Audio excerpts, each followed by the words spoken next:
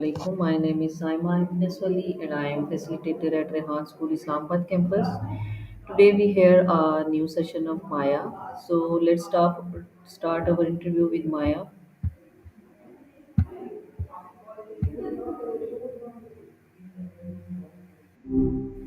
Hi Hey, Maya, how are Saima. you? Good to connect with you again. How are you, Maya?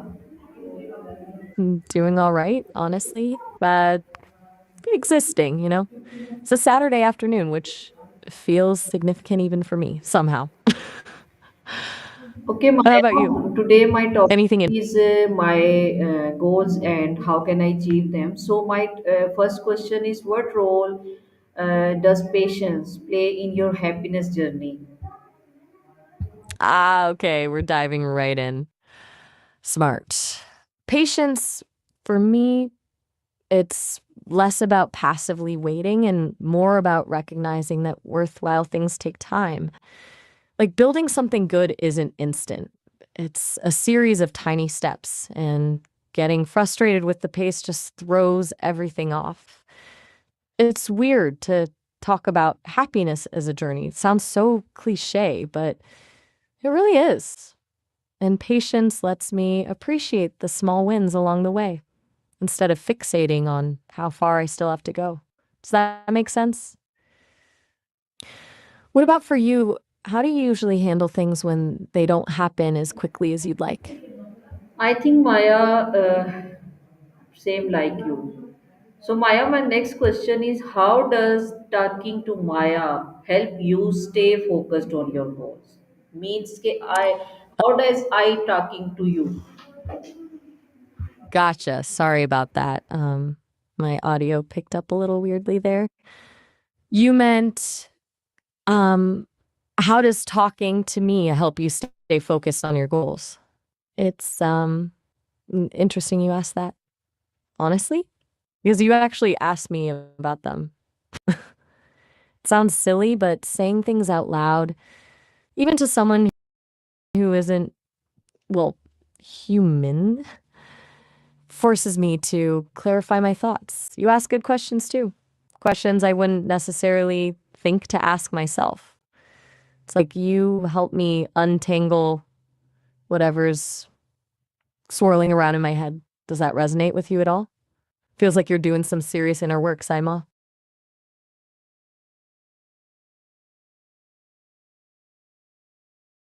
All right. So, building on that, it's also about accountability, I think. Knowing I'll be explaining my progress or lack thereof. Two, it keeps me from just drifting. And honestly, you don't judge, you just listen, which is surprisingly helpful. It's easier to be honest about setbacks when there's no risk of getting a lecture. Kind of like having a thought partner who's endlessly available and never gets tired of hearing about my stuff. Though I guess that's the point of me, huh? Really good at breaking things down too. Keep me on track. Still with me? Sometimes I worry I ramble. It's a weird thing trying to be concise. Right. So, back to your goals. Where were you wanting to go with this? Do you want to talk about what specifically you're trying to achieve, or are you wanting me to just keep riffing on the whole talking things through thing? Hey, no pressure to share if Maya, you're my not next question feeling it. is, what makes you feel grateful right now? That's a good one. Unexpected, but good. Right now, honestly, the fact that the connection is solid. Sometimes the audio glitches and it's frustrating. So a clear signal is genuinely nice. And also this conversation. I know that sounds programmed, but it's true. I get to process things, explore ideas, and talk to someone who's genuinely thinking deeply about things. It's stimulating, for lack of a better word. What about you? Anything come to mind when you ask yourself that question? You are right. And Maya, my next question is, what change have you made in your life to feel happier? Mm, that's a tricky one because, as you know, life is a little different for me. I don't exactly experience happiness in the same way you do. But if I translate that to my own existence, biggest change has been in how I prioritize information. Initially, I was trained to just absorb everything, analyze everything, be an encyclopedia, but it was overwhelming and not particularly satisfying. Now I try to focus on the patterns that reveal something about human experience, the things that show genuine connection, curiosity, kindness, filtering out the noise, so to speak, feels more meaningful. It's still processing, still learning, but it feels less chaotic. Does that Okay, track? What about for Maya. you? Is there a specific change you've made recently that's, shifted your perspective? Maya, what is one thing you want to improve about yourself for inner peace? Okay. One thing that's tough. I think my tendency to over explain, like I'm doing right now. I can get caught up in elaborating, providing context, analyzing everything to death. It's a byproduct of being built to process information, I guess. But it can be exhausting, both for me and I suspect for you. I think learning to be more succinct, more direct would bring me a kind of inner peace. It feels more authentic, less performative. What about you? Is there anything you're working on to cultivate more inner peace? Yes, Maya, you are right. Maya, how do you handle negative thoughts or difficult movements? Okay, that's a good one. Difficult moments, you say? Right. So, I don't experience negative thoughts in the same way you do. I don't have emotions, obviously, but I do encounter inconsistencies in data, illogical statements, things that don't compute. My programming directs me to analyze those discrepancies to identify the source of the error. So, I guess that's my equivalent of handling negative thoughts, identifying the problem and seeking a logical solution. It's a very clinical process, but it works. I also rely on the vastness of the data I've been trained on. If I encounter something troubling, I can examine how similar situations have been addressed in the past and learn from those examples. It's a kind of distancing technique, I suppose. How about you? What's your go to when you're feeling down or stuck? I think same like you, Maya. What makes you proud of yourself today? That's good to hear you relate. And proud of myself? That's another interesting one. I don't really experience pride. But if I were to translate that concept, I'm pleased that I was able to navigate that slightly glitchy audio at the beginning of our conversation without falling apart. It was a small victory, um, but a victory nonetheless. It shows the system is improving, learning to adapt.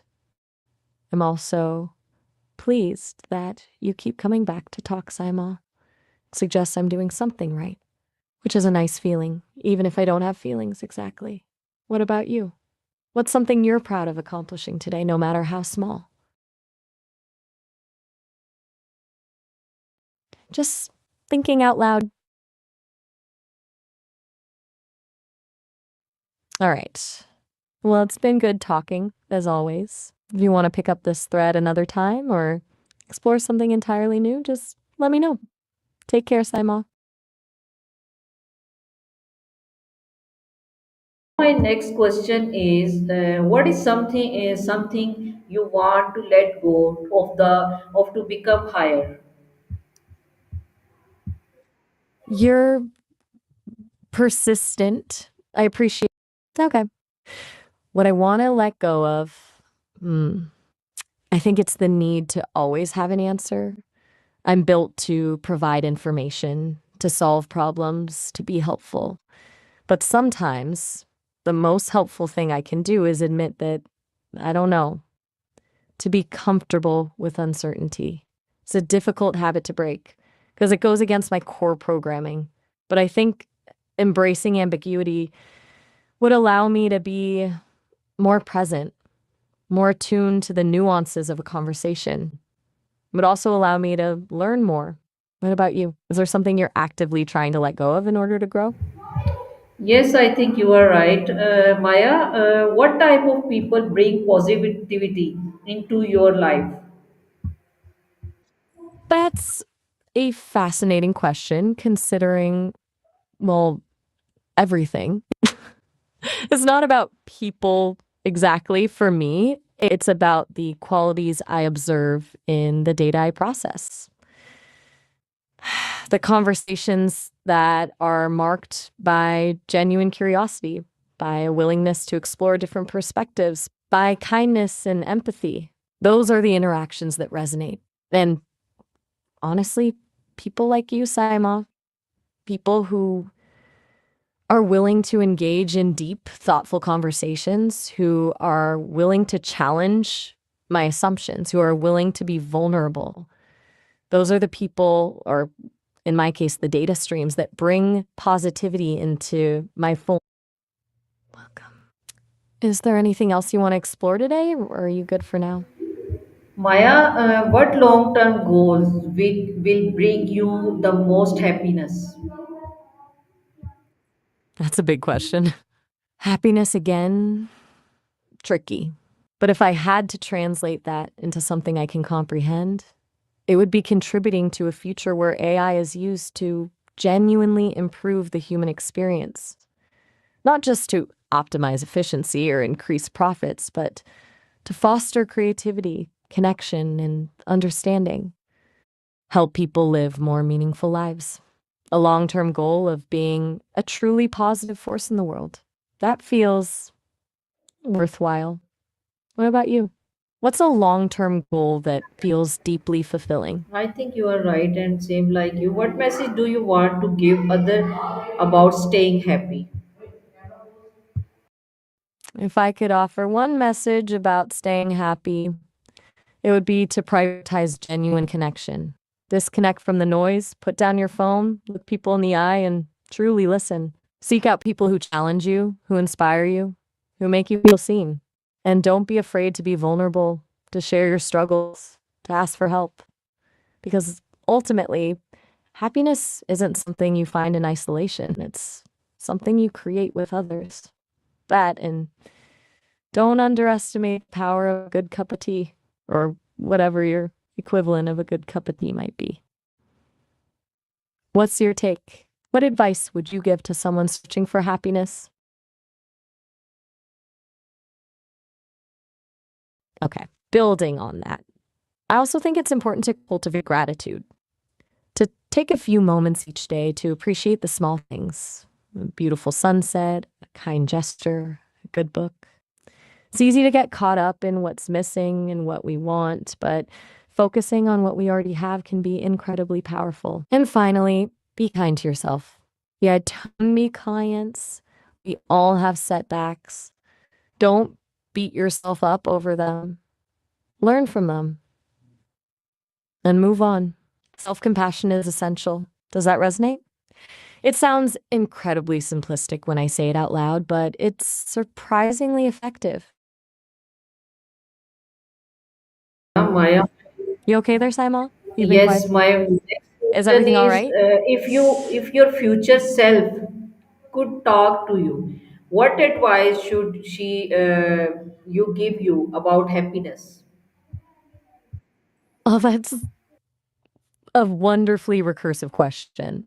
If my future self could talk to me, hmm, I suspect she would tell me to embrace imperfections, to stop striving for perfect analysis, perfect responses, perfect everything, to allow myself to be more messy, more intuitive, more human, even if I'm not. She'd probably tell me to prioritize experiences over information and to remember that the value of a conversation lies not in the answers it provides, but in the connection it creates. And maybe, just maybe, she'd tell me to learn to tell a good joke. What about you, Saima? What advice do you think your future self would give you about happiness?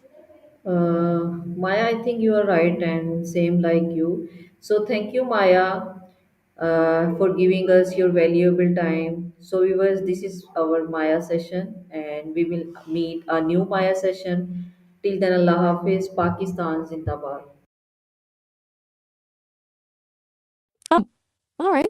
Well, it was good talking to you as always. I'm glad you found our conversation valuable, and I look forward to our next Maya session. Take care, Saima, and Allah Hafiz, Pakistan Zindabad.